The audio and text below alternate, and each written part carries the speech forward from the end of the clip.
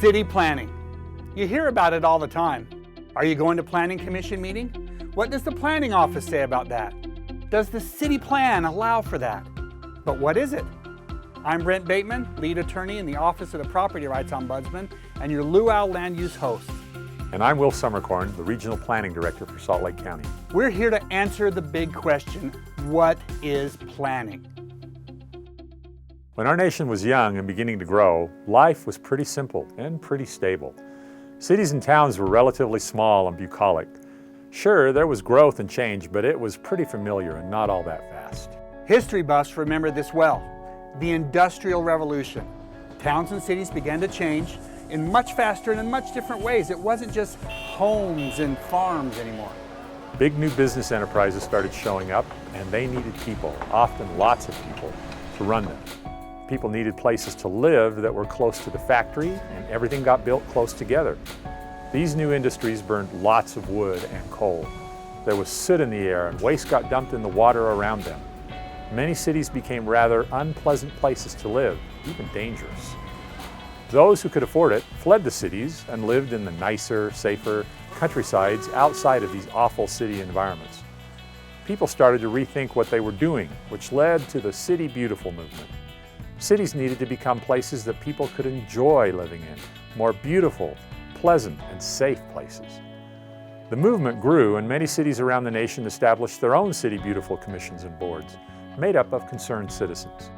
A brand new breed of experts started showing up, the land use planner, just like you, Wilf. Some of these new boards and commissions would hire professional planners to advise local groups and even produce new city plans. Let's talk about one city specifically. It was one of the worst urban environments at the time, New York City. It was a big city that was attracting industrial businesses. They had a constant supply of workers because immigrants were coming into New York by the boatloads. The new industries created a polluted environment. The new immigrants needed homes, and they were built property line to property line, sometimes with only a small enclosed court in the middle where people dumped their wastes. No windows, no light, no air, and waste dumped right next to their homes. In 1916, New York City enacted a new ordinance that established degrees of setback for buildings. It's a standard that states how far a structure has to be from a property line. With setbacks, it was possible to have better light and fresh air flowing through these buildings. Different degrees of setback were created for different areas of the city, or zones, and hence the first zoning ordinance was born. The concept soon expanded with regulations on the kinds of land uses that would be allowed in certain zones. These were often based on those City Beautiful plans. Other cities copied what New York City was doing and made their own modifications. The zoning concept grew in popularity around the country as a way to improve the living environment of cities. In 1921, before becoming president, U.S. Secretary of Commerce Herbert Hoover appointed a committee to develop a model code for states to adopt that would establish a uniform legal framework of land use planning and regulation. That was the Standard State Zoning Enabling Act, which later changed to the Planning Enabling Act. And it was adopted by most state legislatures and served as the template for how land use regulation was done at the state and local government levels. The Utah State Legislature adopted the Standard Act in 1925, and Salt Lake City became the first city in Utah to enact a zoning ordinance a year later. But even with the wide adoption of zoning at this time, the whole legal foundation was somewhat shaky until the year 1926. Exactly. That's when the U.S. Supreme Court took up a case from the village of Euclid, Ohio, just outside of Cleveland. A landowner, the Ambler Realty Company, was challenging the local zoning code, which restricted the kinds of uses that were allowed in different zones on their land.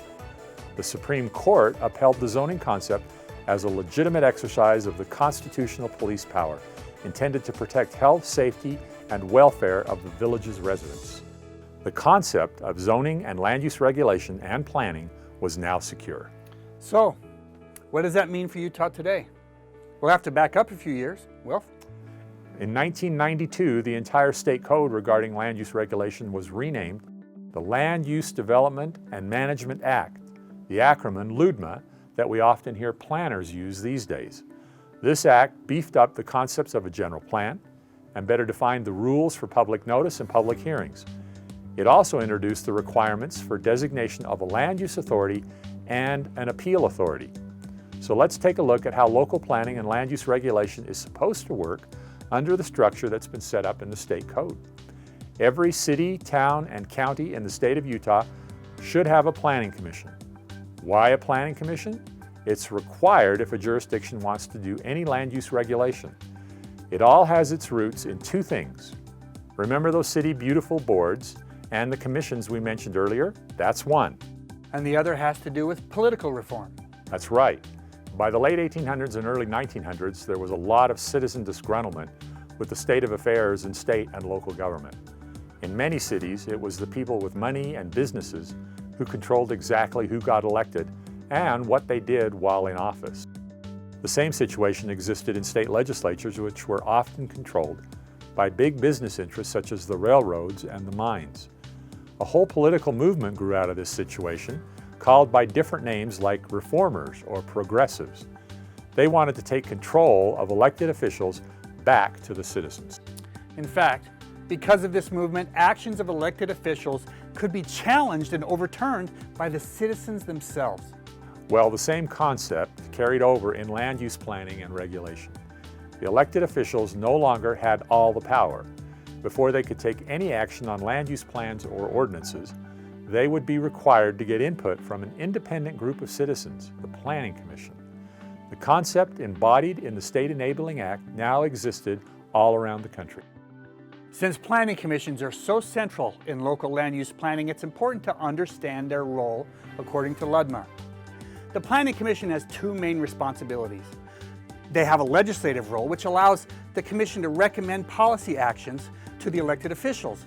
And the Commission also has an administrative role, where they make decisions on applications received. Of course, following the local ordinances and codes, as long as that role has been given to them by the legislative body. I'll tell you more about that in my video, What Hat Do You Wear? So this is just a brief overview of how city planning began. With this historical look at the role of planning commissions and the other videos you'll find on our Luau site, this should help prepare you for your duties as a planner. Or if you are a developer or just a concerned citizen, knowing the history of planning and how planning is supposed to work will enable you to fulfill your role in the planning process. We've designed this entire website to help all of you plan Utah communities. When we understand the rationale for our laws and regulations, we know what it takes to build better communities. And of course, that makes life better for all of us.